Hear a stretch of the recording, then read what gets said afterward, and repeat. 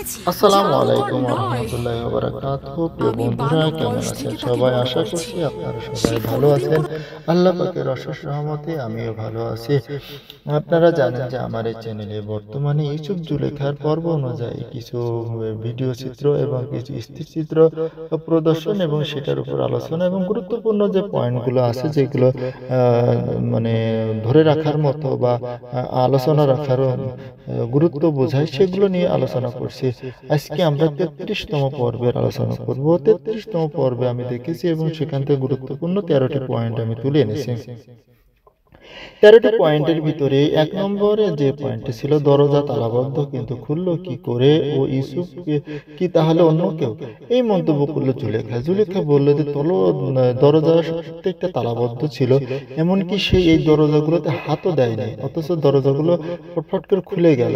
তবে তখন কারিমা বলতেছে, তাহলে সে কিভাবে এটা দরজা খুললো? এবং সে বললো কিসেন তাহলে কথা বললো, এই দরজাগুলো খুলে গেল, তাহলে সে নিশ্চয়ই সে জাদুকর হবে। তখন জুলেখা মন্তব্য করে যে না, আমি তাকে ছোট থেকে বড় করেছি, সেই বাড়িতে বড় হয়েছে, সে কোনোদিন জাদু শেখে নাই।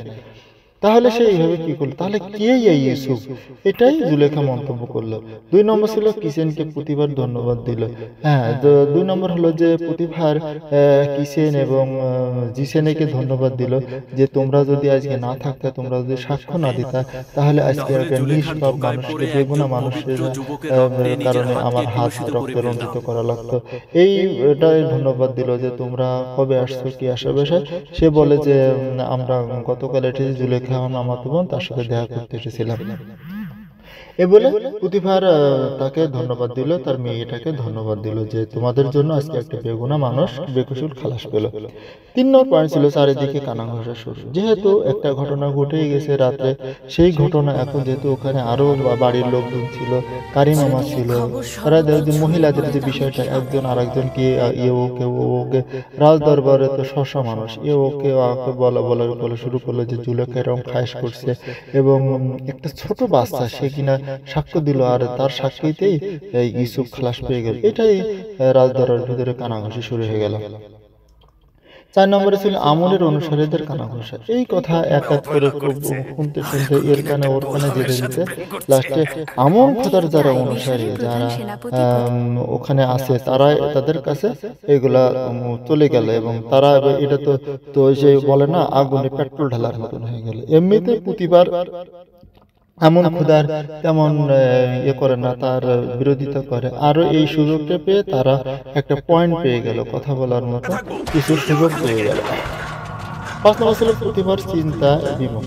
হ্যাঁ, যেহেতু এই ঘটনা একটা ঘুরেছে, রাজ দরবার এরকম একটা ঘটনা ঘটে গিয়েছে, এবং তার সরাসরি তার স্ত্রীর সাথে এই ধরনের ঘটনা, এটা নিয়ে প্রতিবার অনেক চিন্তা ভাবনা করে কি করা যায়, কি হবে। এটা হলো আজ আমার মান সম্মান শেষে, কারণ সে হলো মিশরের বড় সেনাপতি, এবং সে হলো আজিজে মিশর। তার বাড়িতে এরকম একটা ঘটনা, এরকম ঘটনা যদি অন্য কোথাও হতো, তাহলে তো তাকে কি করতো সেটা সেই ভালো জানে, কিন্তু নিজের স্ত্রী যেহেতু করছে, সে কিছুই বলতে পারতেছে না, না পারতেছে বলতে, না পারতেছে সইতে। এরকম একটা পরিস্থিতির ভিতরে প্রতিবার পড়ে গেল। ৬ নম্বর ছিল আমনের খাদেম ত্রিমণি আপুপিসকে চুগলি। আমনের যে খাদেম ছিল, যে ত্রিমণি, সে আপুপিস আমনের ভালো খেদমত করে, তার ইবাদত করে। সে সেখানে এসে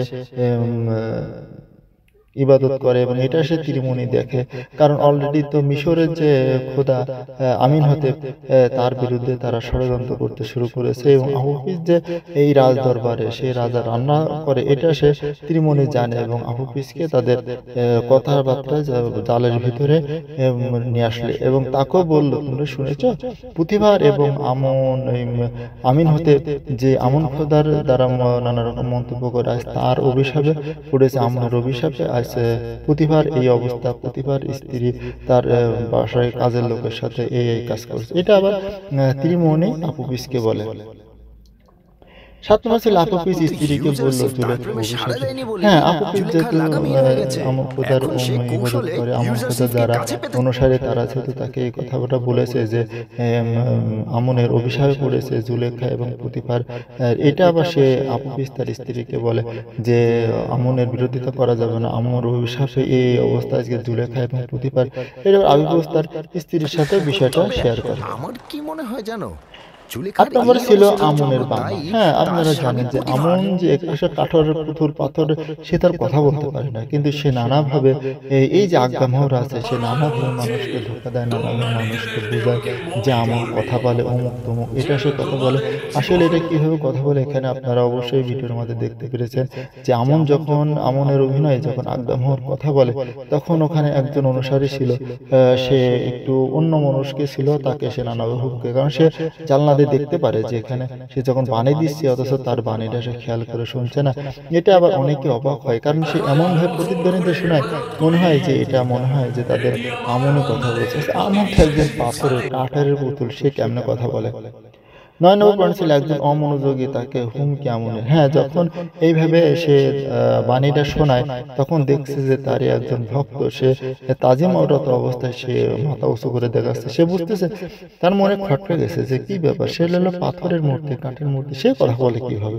এটা নিয়ে সে যখন একটু উপর দিকে তাকে আসলে কি কথা বলছে একটু শুনি, এটা আবার আজ্ঞামোহর রোজ জানলার সামনে দেখতে পারে এবং সে বলে তুমি অমনোযোগী, তুমি মনোযোগী হও, তুমি আমনের প্রতি তোমার অমনোযোগী মনে হচ্ছে। এটাতে সে মনে করে যে কি ব্যাপার, আমাদের আমন মনে হয় সবকিছু দেখতে পেরেছে এবং আমি ভুল করেছি, এটাও সে আমন ধরতে পেরেছে এবং সে তখন সিজদায় লুটিয়ে পড়ে।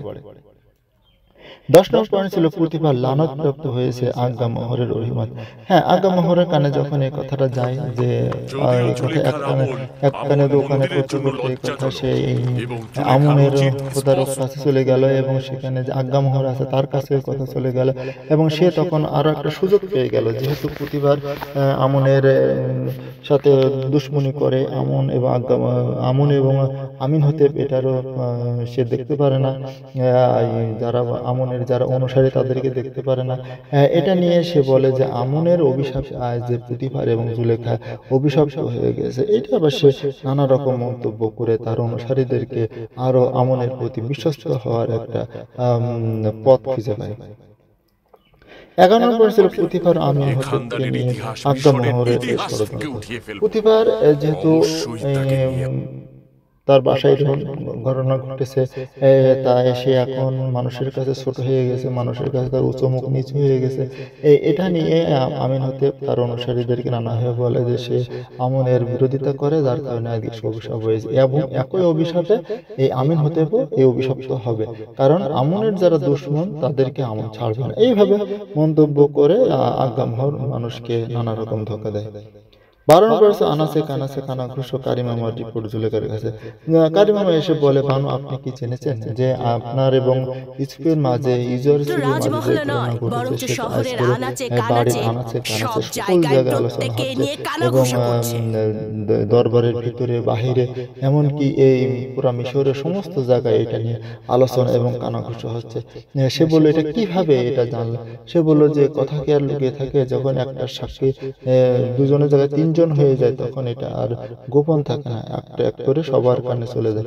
এটা নিয়ে জুলেখা চিন্তিত হয়ে যায়, তাহলে তো আজ্ঞামোহরের কান পর্যন্ত যদি চলে যায় তাহলে আজ্ঞামোহর আমাকে নানা ধরনের কথা বলবে, যেহেতু আমি হলাম আমনের সহধর্মী হিসেবে সে রাজদরবারে থাকে, তাহলে তার মান সম্মানটা কোথায় যাবে?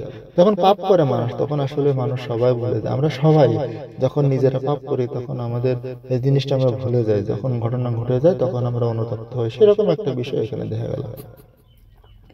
13 নম্বর পয়েন্ট ছিল জুলেখার প্রতিবার শাসন ও অপমানিত হওয়া। যেহেতু তার উঁচু মাথা নিচু হয়ে গেল, সে এখন রাজদরবারে বিভিন্ন জায়গায় ছোট হয়ে গেছে, নয়তো মানুষ নানা রকম কথা বলে, যেখানে যায় সেখানে তারা নানা রকম মন্তব্য করে। এটা নিয়েই পুতিফার জুলেখাকে নানাভাবে বলে, তোমার কারণে আজ আমার উঁচু মাথা নিচু হয়ে গেল, আজ আজ্ঞামোহরের মতো লোক সেও আমারকে ছেড়ে কথা বলবে না। আমি তো তাদেরকে তো আমন খোদার যারা অনুসারী আছে এদেরকে পুঁথিবার দেখতেই পারেন, অথচ আজ ওই যে একটা কথা বলে না এলাকায়, যে যার কথা শয় না গায়ে পায়, তার কথা শোনাইতে হয় গায়ে। এরকম একটা বিষয় ঘটে আসলে 33 নম্বর পর্বে। আপনারা জানেন যে সবচেয়ে বেশি ঘটনা হলো যে ইউসুফ এবং জুলেখার মাঝে যে অনৈতিক সম্পর্কের একটা ঘটনা ঘটেছিল, যেটা আল্লাহ সুবহানাহু ওয়া তাআলা ইউসুফকে এখান থেকে রক্ষা করেছেন, এবং জুলেখা যে যৌন লালসা সেখান থেকে সে ইউসুফের সাথে মিলতে চেয়েছিল, সেখান থেকে আল্লাহ সুবহানাহু ওয়া তাআলা তাকে রক্ষা করলেন।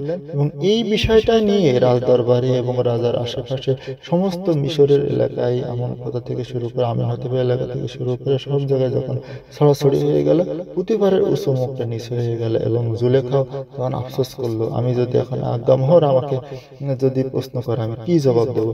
এটাই ছিল 33 নম্বর পর্বের ভিতরে গুরুত্বপূর্ণ বিষয়। আমরা পরবর্তীতে আরো অনেক বিষয় জানতে পারবো। আজকে এখানে শেষ করছি। আসসালামু আলাইকুম ওয়া রাহমাতুল্লাহি ওয়া বারাকাতুহু।